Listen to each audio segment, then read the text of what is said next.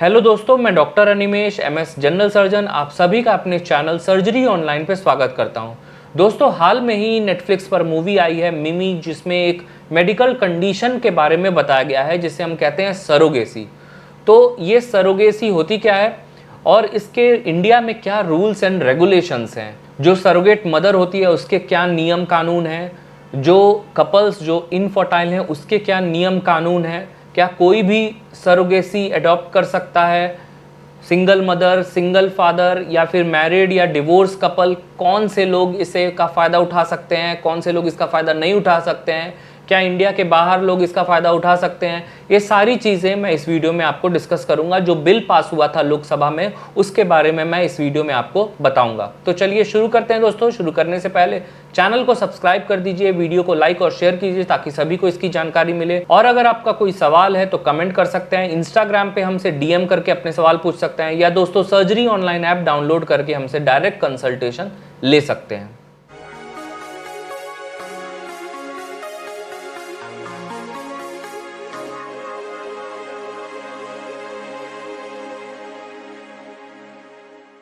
तो देखिए दोस्तों, सरोगेसी दो तरह की होती है। एक होती है कॉमर्शियल सरोगेसी जो इंडिया में बिल्कुल बैंड है, और दूसरी होती है एल्ट्रिस्टिक सरोगेसी। एल्ट्रिस्टिक का मतलब है बिना फायदे के सरोगेसी।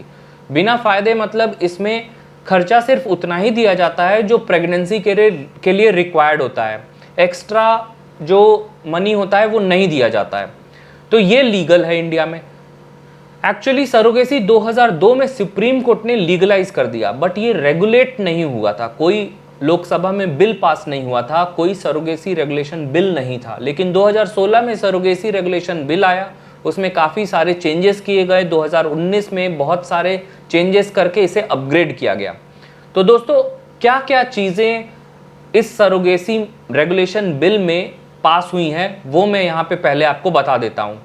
तो देखिए, इंडिया में जो कपल्स रह रहे हैं, मैरिड कपल्स जो 5 साल से ज़्यादा मैरिड हो चुके हैं और जिनको कोई भी बच्चा नहीं है और जिनको मेडिकल कंडीशन है जिसकी वजह से वो कोई भी एक उनमें से इनफर्टाइल है, तो इंडियन मैरिड कपल्स जिनको 5 साल शादी के बीत चुके हैं और उनको एक भी बच्चा नहीं है और उनको कोई भी इनफर्टिलिटी की कंडीशन है, चाहे फीमेल को है चाहे मेल को है। दोस्तों, जो लोग बाहर इंडिया से रहते हैं वो इंडिया में आकर इसका फायदा नहीं उठा सकते हैं। सरोगेसी उन लोगों को अलाउड नहीं है जो ट्रांसजेंडर होते हैं या होमोसेक्सुअल पार्टनर्स होते हैं या सिंगल मदर होती हैं या सिंगल फादर होते हैं या डिवोर्स्ड या सेपरेटेड पेरेंट्स होते हैं, उनको सरोगेसी अलाउड नहीं है। सिर्फ मैरिड कपल्स जो 5 साल से ज़्यादा मैरिड हैं, जिनको एक भी बच्चा नहीं है, सिर्फ उन्हीं को सरोगेसी अलाउड है। अब जो सरोगेट मदर होती है उसके लिए भी रूल है, मतलब जो माँ बच्चा पैदा करती है उसका क्या रूल है, वो उस कपल का क्लोज रिलेटिव होना चाहिए और उस मदर का खुद का पहले कोई बच्चा होना चाहिए और वो पहली बार सरोगेट मदर बने। मल्टीपल सरोगेसी अलाउड नहीं है। कोई अगर लड़की बार बार सरोगेट मदर बन रही है तो वो भी अलाउड नहीं है। तो ऐसी फीमेल जो खुद मैरिड है, जिसका खुद का बच्चा है और वो पहली बार सरोगेट मदर बन रही है और वो कपल के क्लोज रिलेटिव में से एक है, तो ही वो सरोगेट मदर बन सकती है। तो दोस्तों, ये सारे रेगुलेशन सरोगेसी बिल में पास हुए। इसमें बहुत सारे प्रॉब्लम्स थे, चैलेंजेस थे, जिसको अभी भी सुधारा जा रहा है।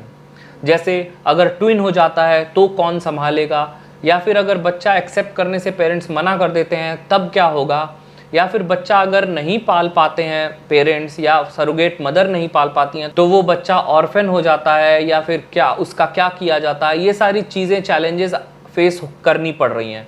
कुछ लोग का मानना है कि अगर सिंगल मदर सिंगल फादर बच्चे अडॉप्ट कर सकते हैं तो वो सरोगेसी क्यों नहीं कर सकते, या होमोसेक्सुअल जब बच्चे अडॉप्ट कर सकते हैं तो वो सरोगेसी का फ़ायदा क्यों नहीं ले सकते, या फिर अगर मैरिड कपल्स को मेडिकल प्रॉब्लम है, वो किसी वजह से इनफर्टाइल हैं, कोई भी मेल या फीमेल, तो क्यों शादी के 5 साल तक हमें वेट करना है, तुरंत भी तो सरोगेसी कर सकते हैं। तो ये सारे प्रॉब्लम्स अभी चल रहे हैं, इनका सॉल्यूशन अभी नहीं आया है। धीरे धीरे टाइम के साथ रेगुलेशंस और चेंजेस आएंगे और बिल पास होगा और वो रूल्स एंड रेगुलेशंस नए नए बनते जाएंगे। तो उसे ही हमें फॉलो करना है। फिलहाल के लिए दोस्तों जितना मैंने अभी बताया उतना ही है। आने वाले वीडियो में मैं आपको बताऊंगा कि ये सरोगेसी होती क्या है, इसमें अंडा किसका यूज़ करते हैं, स्पर्म किसका यूज़ करते हैं, इन दोनों का फ्यूजन कहाँ होता है, कैसे होता है, कितना खर्चा आता है, क्या फ़ायदे हैं, क्या नुकसान है। इस फ्यूजन के बाद जब एम्ब्रियो बनता है तो उसे कैसे ट्रांसप्लांट या इम्प्लांट किया जाता है।